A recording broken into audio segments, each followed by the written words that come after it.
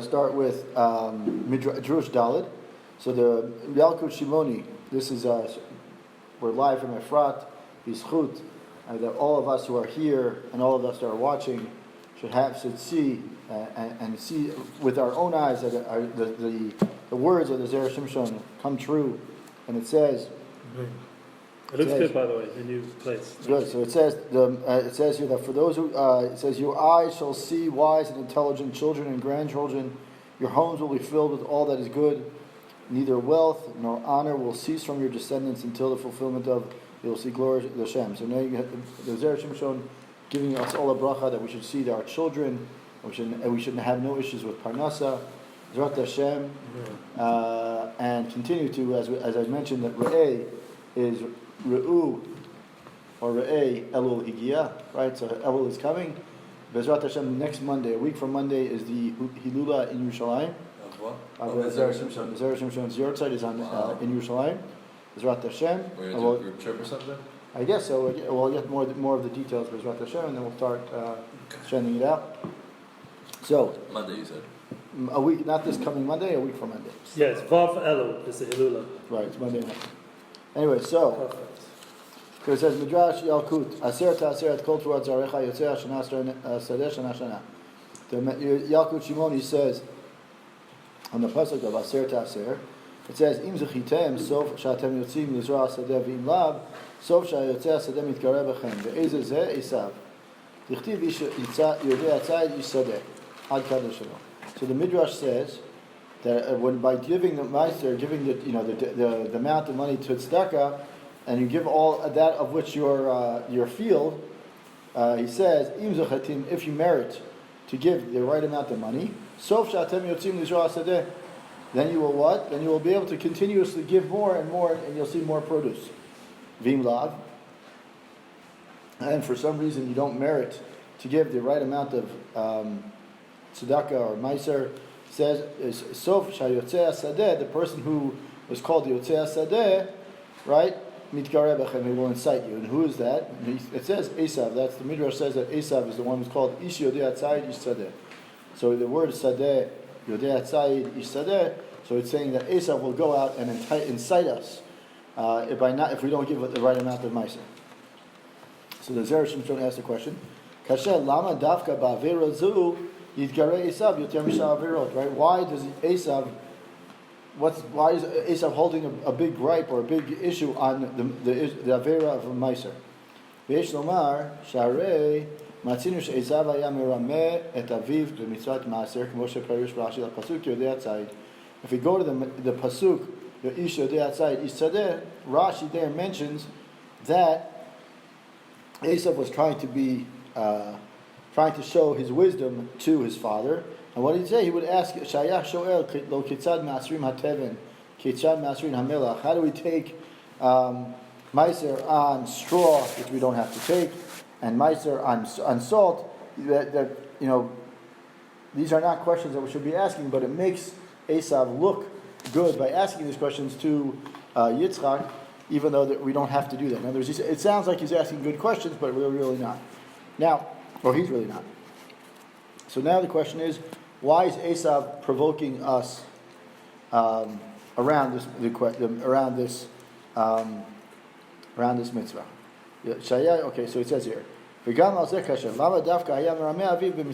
question is, the Zera Shimshon's question is twofold. One question is, he says, why is it specifically this mitzvah? And then the other one is, why would he go out and cheat his father on this mitzvah, meaning the mitzvah of meiser, as opposed to any other mitzvah? So there's two questions which are very similar in regards to the overall direction, which is the idea of why would Esav create hostility against Am Yisrael on this mitzvah, and the other one is why would Esav choose this mitzvah to ask these kind of questions that make him sound really intelligent, but he's actually just deceiving his father. So now he answers. So he starts by saying it's like this: Tzarich lamar shamatana yoter gdola sheyivtiach Hakadosh Baruch Hu la'Avraham hayta latet levanav u'zaro Eretz Yisrael. So he says it's the biggest gift that Hashem promised Avram was Eretz Yisrael, as it says Kedichtiv vayiven sham mizbeach laHashem al besorat Eretz Yisrael. Rashi and the pasuk that says vayiven sham mizbeach laHashem.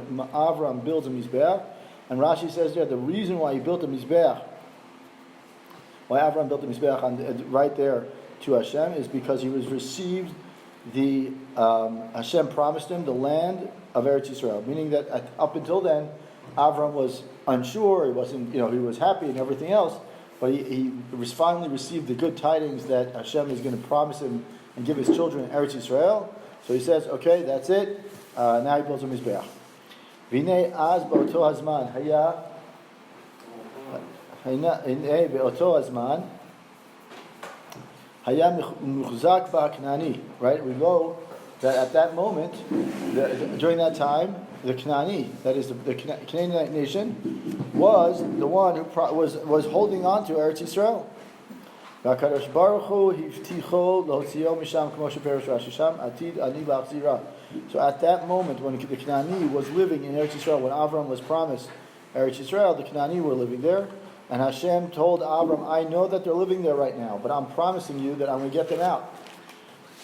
Moshe Perosh Rashi. That's Rashi mentions. And what is Rashi? What is it? Ulichora near Rashi Israel. And this is very relevant to today. What do we know about Bnei? What do we know that people say that we're about Eretz Yisrael? That we're colonizers, right? We're the ones stealing the land. Settlers. We're settlers, right? Look what it says. He says it himself. It's not me saying it.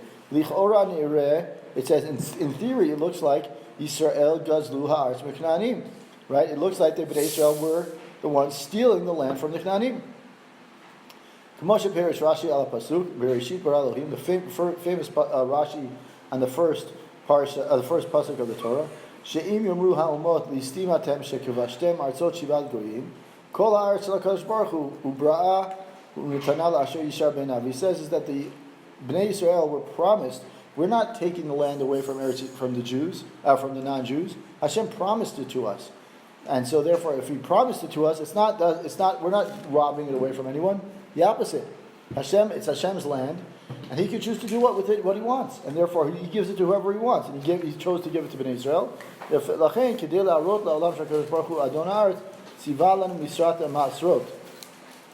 you look at when was the mitzvah of Meiser given to us? The mitzvah of Meiser was given to us after we come into Eretz Yisrael. If you look at the Pasukim mentioned it in this week's parsha.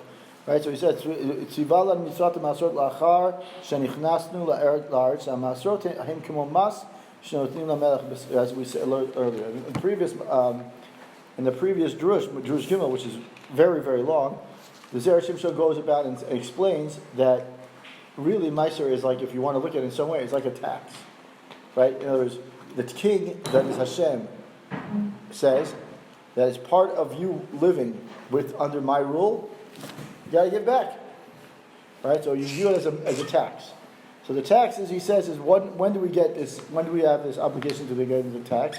We have that obligation when Hashem, when we move into Eretz Yisrael. That's when Hashem says, okay, we have to take into account that we have to pay the king, right? By giving what is the whole point of giving Meiser? By giving Meiser, giving our tzedakah, we acknowledge that Hashem owns the land. We don't own the land, right? And therefore, it shows that our right to take the land gives by us giving back to the land. We say Hashem, you own the land.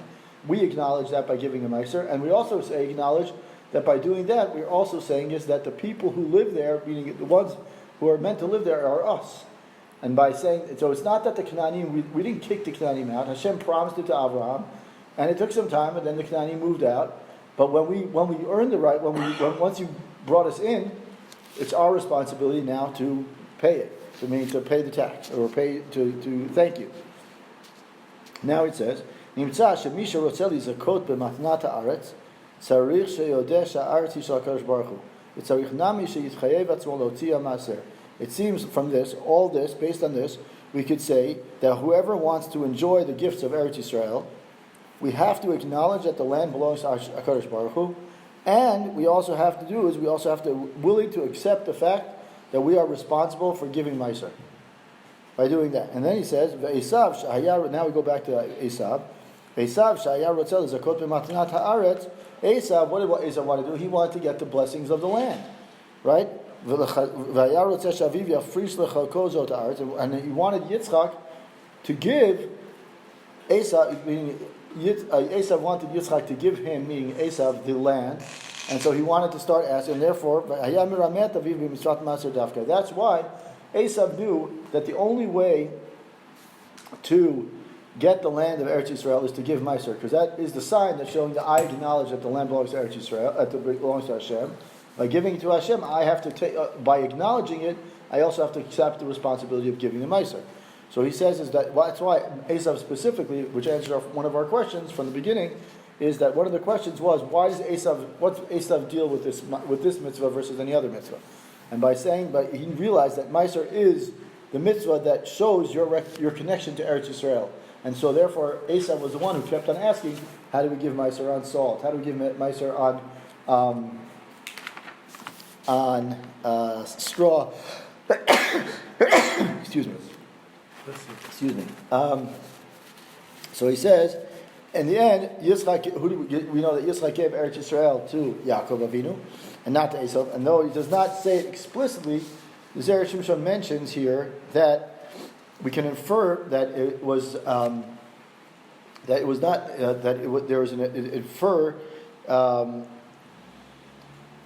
we infer that he didn't give it to Eretz. He gave it to. We know that he gives it to Yaakov, but we can also infer that he didn't give it to Esav, and we'll see now in a second.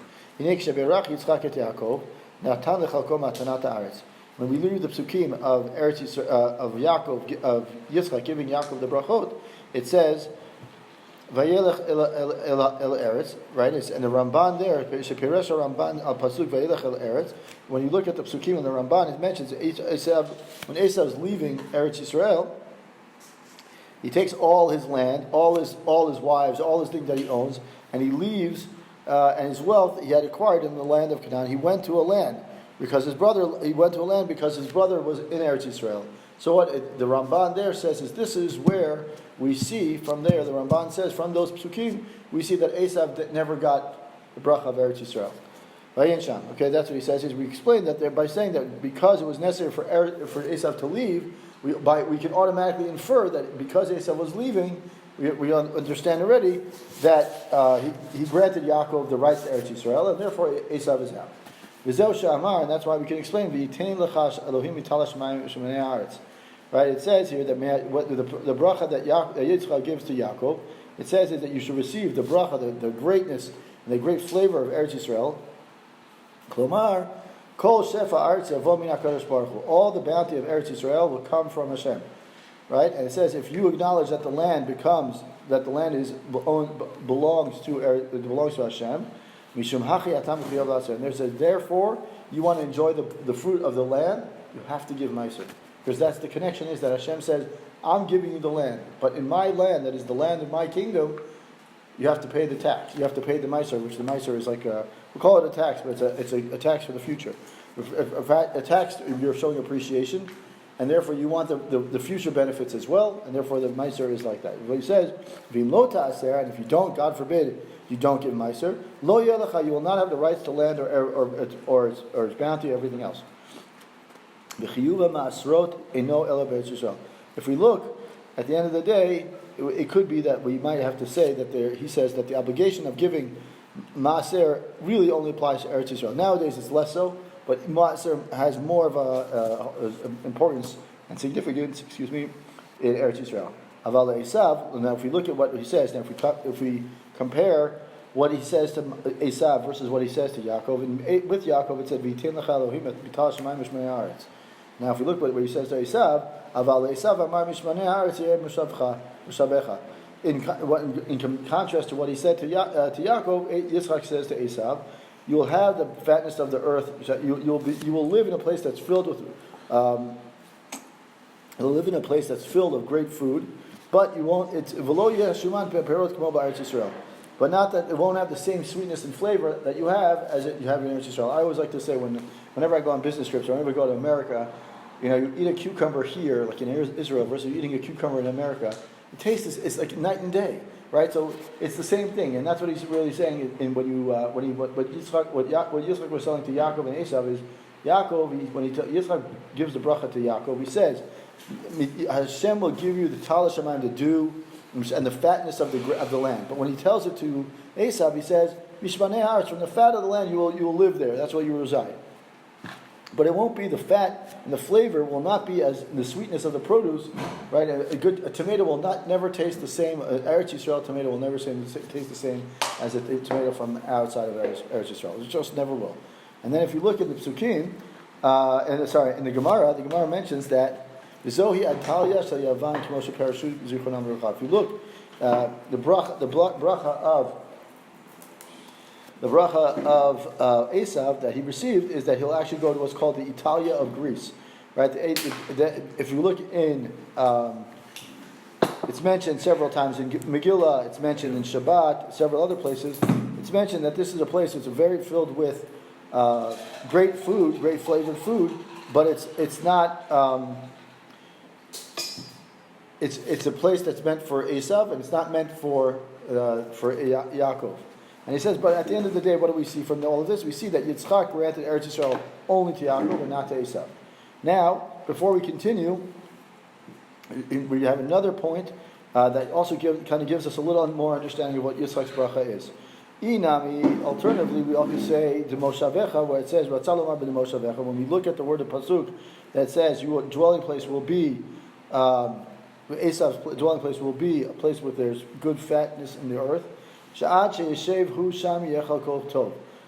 Esav dwells there, meaning in this place called Italia of Greece, his portion will be good. But afterwards he will disappear. So what is he trying to say? He's trying to say that the Ramban, as we go back to the Ramban, he says that since Yitzchak didn't say to Esav, V'itein lecha, right, Elohim, just like he said with Yaakov. So therefore we could see already that the bracha that Yitzchak gives to Esav is only a temporary gift, and it was not lasting, and therefore, as the bracha that he gives to Yaakov is everlasting. So that's already something. So that's something that we will. That's also an important part is that Yaakov's bracha versus Esav's bracha. The Esav bracha is temporary as long as he's living in the place called Italia of Greece, which is mentioned in the Gemara, and several other places in the Farshim and everything else. But the bracha of Yaakov is everlasting. Now we go back one step, and therefore, he says, if Yaakov and his children do not separate Meiser, which we already said, he says, by doing that we acknowledge that the land does belong. We will not be acknowledging or recognizing that the land belongs to HaKadosh Baruch Hu, and therefore the gift of Eretz Yisrael will be taken out. And what happens when we take out the bracha of Eretz Yisrael from the Jews? Then what will happen? The non-Jews will start saying what? We're Gazlanim. We're Gazlanim, we're stealing. Right? So if you think about what's happening today, people are calling us, I'll say colonizers, people we don't deserve the land, whatever it is. Maybe that's a hint for us to wake up and say, maybe it's time for us to give a little bit more. Right? In other words, to give ourselves. And by the way, Meiser doesn't only have to be money. Meiser could be your time. It could also be doing good things. It doesn't have to be money. That's clear. But it has to be that you're recognizing and acknowledging, even by just stating the fact that you say, I am fortunate enough to live in Eretz Yisrael. I'm fortunate enough to have this great shefa that's coming out of Eretz Yisrael. That's enough already just to recognize that, acknowledging it.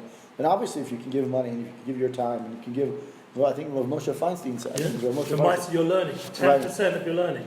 Right, to teach. So every Avrech should give 10%. Right, it's also about learning. It's also about, I think, Sefer Chinuch says, in this week's Parsha, he says that it's not only about giving money, it's also about doing good things for other people. Because some people can.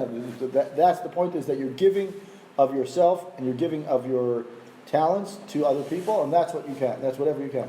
Was this bracha, was it given when Yaakov thought, when Yaakov thought he was blessing Esau for the Yitzchak? Right. So if there wasn't that switch, he would have blessed Esau with Correct. the land of Israel. Correct.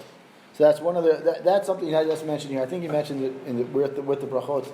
There, he mentions like the whole idea of switching. But it's the whole ifs in the Torah. The whole Torah is if Adam and Eve wouldn't have this, if Moshe would have this.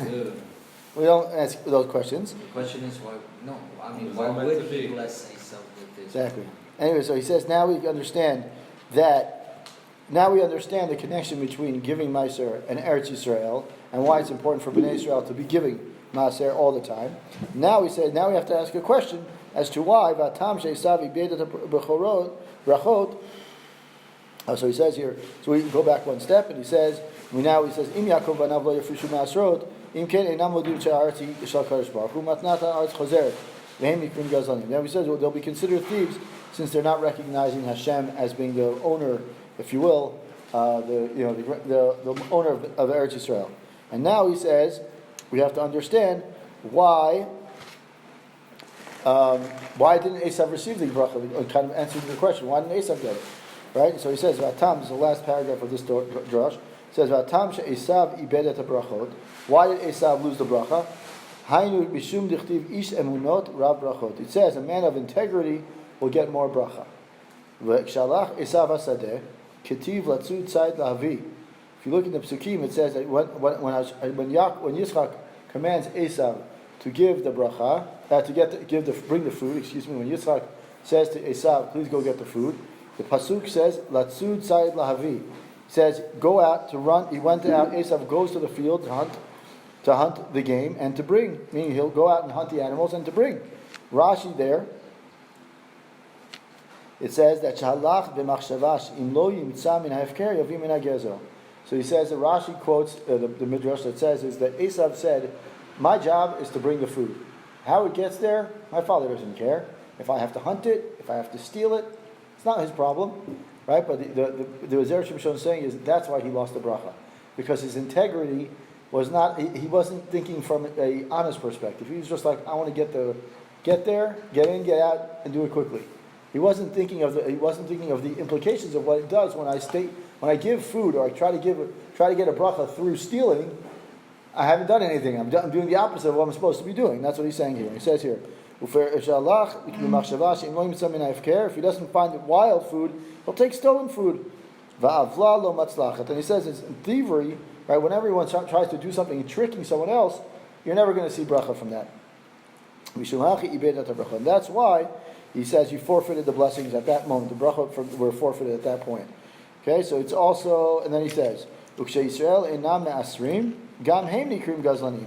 just now we go take a deeper insight into the midrash itself. He says when Bnei Israel don't give meiser, people call Bnei Israel gazlanim. Okay, God forbid, they're called thieves, right? Because they also forfeit the right to Eretz Yisrael because they're not acknowledging the fact that Hashem is the one in control.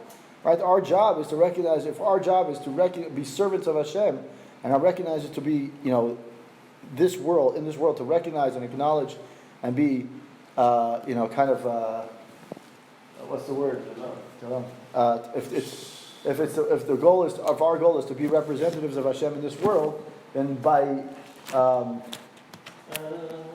so it's just so the goal is, if that's our goal, then the only thing that we can do to acknowledge that Hashem is and we value Hashem is by giving meiser, and therefore it says Esav na'ikra ish sadeh, and therefore yitgareb b'hem. That's why the midrash says that when Esav, the midrash says that Esav, the person who is known to go out into the field, he will be the one who kind of it will incite us against us because he knows the value of meiser.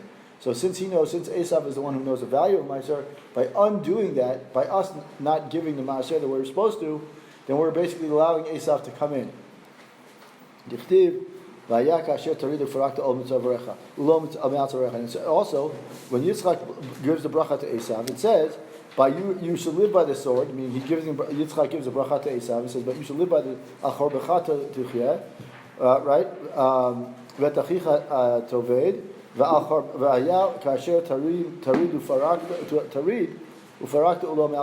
but when you are, what that is, Rashi says on that pasuk, it says that Yitzchak was telling Esav that when Yaakov's children take off the yoke, the ol of mitzvot and the ol of Torah off their necks, that's your chance, Esav, to go out and jump on them. So the point is that we can look at it. We can look at it saying is that by us not acknowledging, we don't acknowledge Eretz Yisrael by HaKadosh Baruch Hu by not giving Ma'aser. That's one way. You could also look at it saying is maybe one other thing is maybe by us not doing the things that we're supposed to be doing for Hashem and acknowledging that Hashem is indeed control, then we're basically doing is opening the door for Esav to come in and say, look, that's Esav's chance. The Psukim say clearly, Hashem, Yitzchak says to Esav, when they take their all of Torah off of them, that's your opportunity to pounce on them and to start, having and giving them a hard time. First Torah mistake. Wow. First break, is that right? Yeah, it's amazing. Okay, fine. Good job. Thank you for preparing every week. Big success for us. Shout out to Mordecai Holtz. We want to just give a shout out also, Baruch Hashem, we have donations going on for the new Beit Midrash in Yerushalayim. And this week we had someone gave $30,000. Actually, a friend of mine in Mexico City, would you believe it? I was shocked when he offered such an amount. A lot. And he's got his name now on the shul, so we've already made it up to over plus $70,000 for the new base. Is that where the your site's going to be? Yeah, the Hilula's going to be there, I think. And we're heading towards 100,000. That's the goal. Charles Sakkal's obviously pushing it. We've got a nice link on all the sites. It's easy to find. Go to the ZeraShimshon.com or message or DM. That's what people did, and then they're donating. It's very easy, and it can be $10, $100. There's all different amounts. But Baruch Hashem, it's a cause that people understand the importance. People have seen Yeshuot, not just in Eretz Yisrael, but throughout the world. We're getting donations from every part of the world. People from London, people from Mexico, people from the US, the whole world, Canada, wherever people are, and anyone who learns Zera Shimshon. So Tizke LeMizvot, keep supporting ZeraShimshon.com. And Baruch Hashem, Mordecai is not doing this for Panasa, he's doing this Mamish L'Shem Shemayim, I hope. This is my miser, this is my miser. And also the people who donate for the student, for the children, for everything that we get here, the shul, the family meeting, shout out. And for everyone who sponsored, they should be blessed. Sasha, who we hope will return, sponsored this year, and also some anonymous person should be blessed as well. Okay, let's keep going. Should be blessed anonymously. No, should be blessed in all ways. All right. Pardon my chewing. All right. For those who have the time, I recommend really strongly learning Drush Gimel. It's very, very long. I'm not going to go into it, but it's very long. But it goes into why does Hashem specifically, that's one of the reasons why. We're going to talk about another one here, but one of the many questions about tzedakah, he goes into it in deep, very deep, not in terms of deep Kabbalah, but just goes on for a while. And I always like to try to understand what was the Zera Shimshon thinking when he wrote this Torah at this specific time. If you look at, around the time of Achrei Mot, he has like a whole section on tshuva. And so the question is, why on tshuva there? Like, why doesn't it belong, if you were to look at the time of the year, it should be around Rosh Hashanah Yom Kippur time as opposed to, but I think if we look, the parsha that we read on Yom Kippur is Achrei Mot. So he probably puts it in there for that reason. Also the Kohanim had to be Maharer Tshuva. Anyway, so I think the reason why he focuses so much on Meiser now before Elul, because this Re'eh always happens around Elul time. Right. So since Re'eh always happens around Elul, so he goes deep into tzedakah around Elul, because it's one of the things we know is that tzedakah is a very important aspect of seeing Yeshua for the next year. Amen. So, with that in mind, we'll continue with the theme of giving maaser, giving tithes or giving tzedakah. And it says Drush Hey, the next Drush. It says, again he quotes the Yalkut Shimoni. It's actually the Yalkut. It's one Yalkut Shimoni, one chapter after. One chapter before. It's a Drush Hey. One chapter before the Yalkut Shimoni that which we quoted in the previous Drush, and he says, Aser ta'aser v'samachta b'chol hatov. The Yalkut Shimoni says that this week in this week's parsha we're talking about giving maaser from our crops and our planting and everything. And then in a few weeks, we have Parshat Kitavo, where it says "V'samachta b'chol hatov," you should rejoice with all the goodness. There, we're talking about the bikurim, but the Midrash somehow brings the two together. It says that there's a connection between the two, and he says "Ein tov v'samachta b'chol hatov," and the Midrash says "Ein tov el Torah dichtiv ki lekach tov natati lachem lefichach Moshe mazir et Yisrael aser ta'aser ad kalam l'shono." So the Midrash basically says that he takes the pasuk of aser ta'aser, which is this week's parsha, And in a few weeks we have Parshat Kitavo, which says V'samachta b'chol hatov. And since both are talking about taking part of your food, taking part of your earnings, and giving it to Hashem, the Midrash seems to have put them together and said that they're both talking about one thing. And what are they talking about? Talking about Torah. And said, this is actually very relevant for us learning Torah and learning in general about giving maaser to organizations and to people that are valuable and relevant and important. And he says here, Lefichach Moshe Mazir et Yisrael aser ta'aser. So Moshe, specifically Moshe, is the one who, Moshe Rabbeinu that is, he says he is the one who's warning Bnei Israel and reminding Bnei Israel the value of giving a maaser.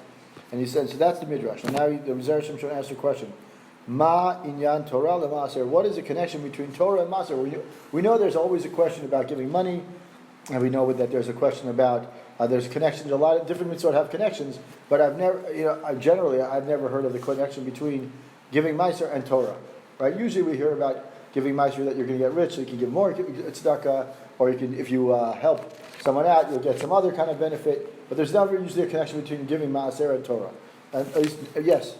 It's important to give maaser to support Torah, and he's going to talk about that, but there's never like this correlation between the two. It says, and the reason why I introduced the drush by saying that we should learn Od Gimel is because he mentions here, he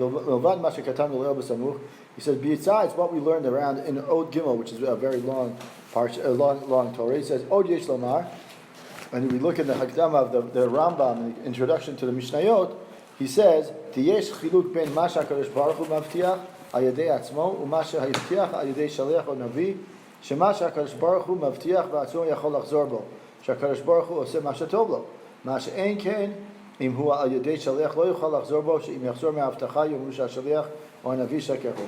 So he says, the Rambam, we're not making this up, the Rambam says that there's a difference between when Hashem makes a promise and when Hashem makes a promise through a Navi.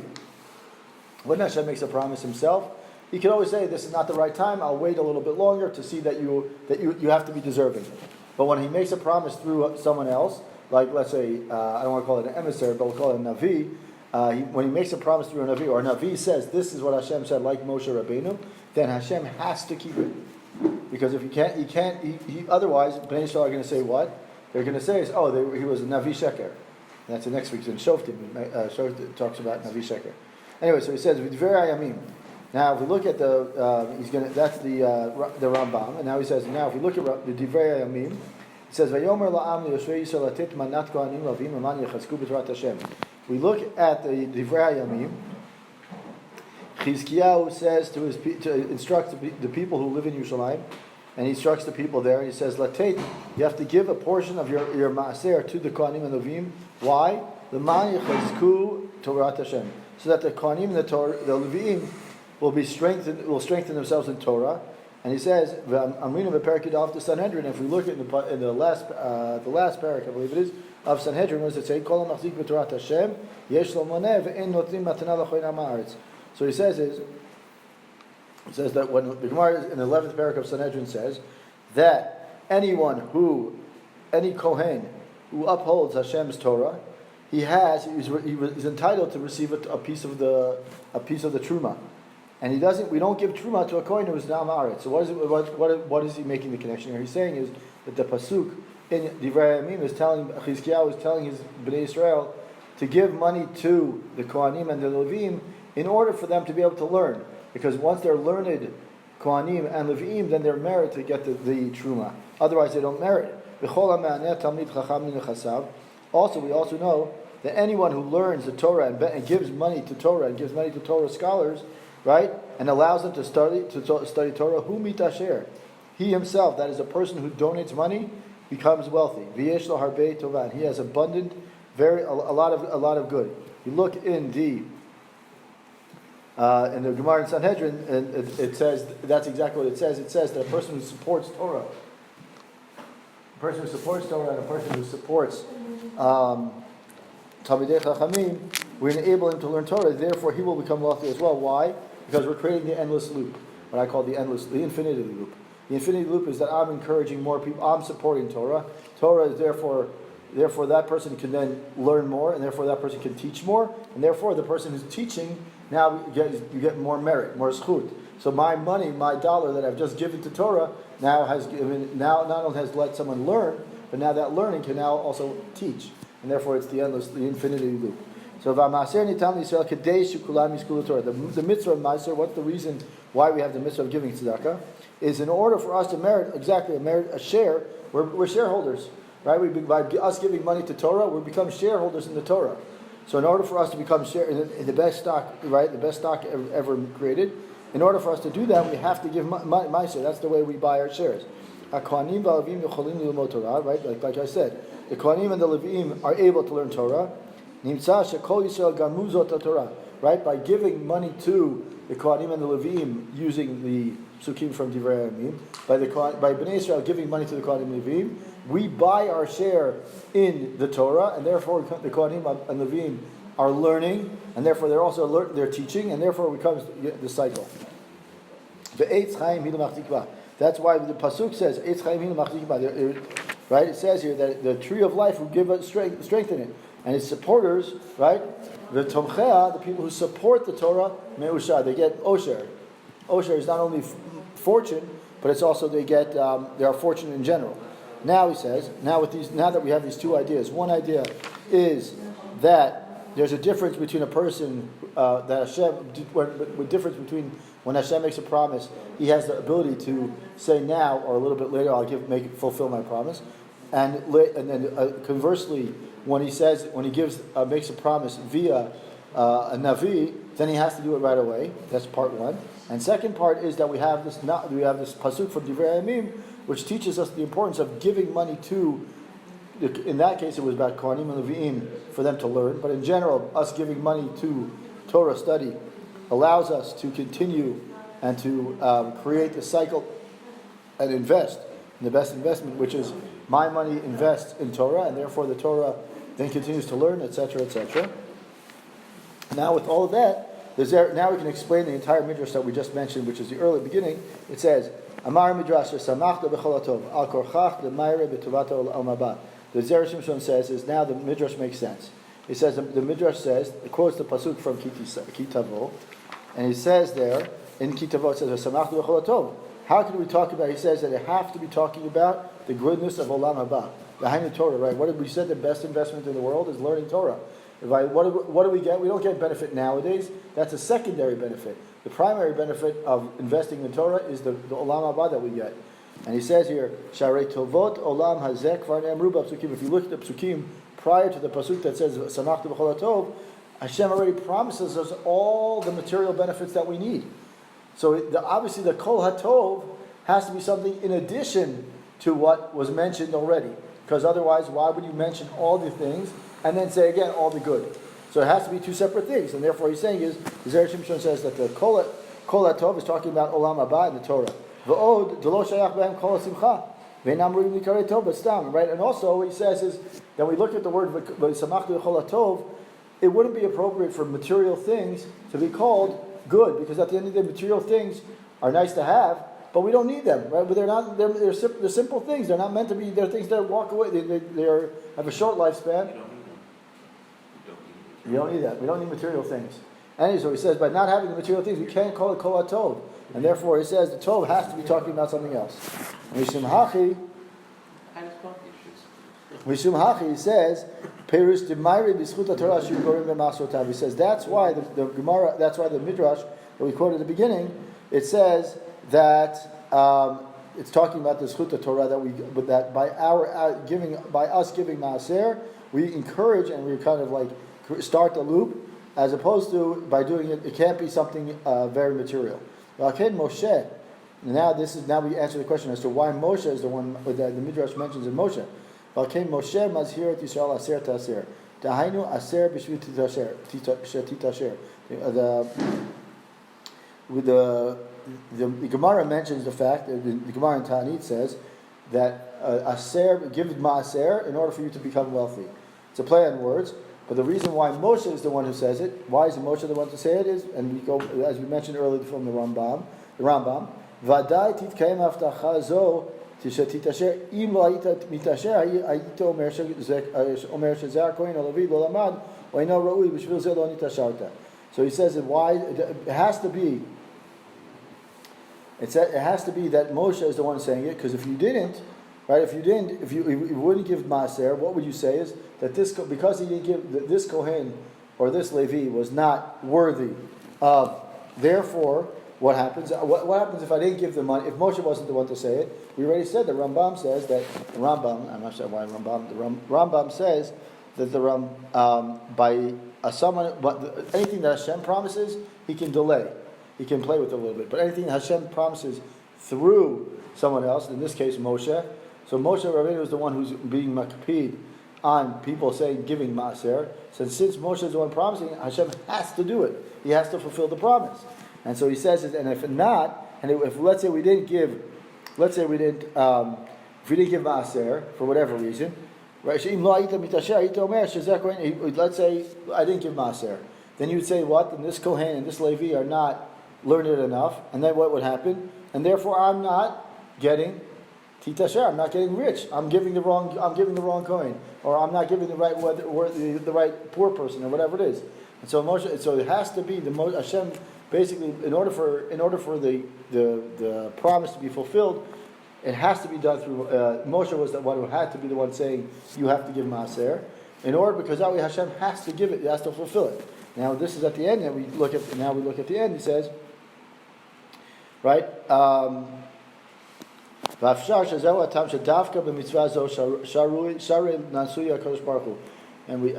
I've seen it myself in many ways. And we know that if you want to test Hashem, the only time you can test Hashem is with the mitzvah tzedakah. You could say that I want to give a lot of money, and Hashem will somehow miraculously it works. I can say that I've tested many times by saying is that I hope to get what I need to get, and I'll give tzedakah because of it, or merit of it, and it's worked. And it says if the Navi says, test me on this one. In talking about so if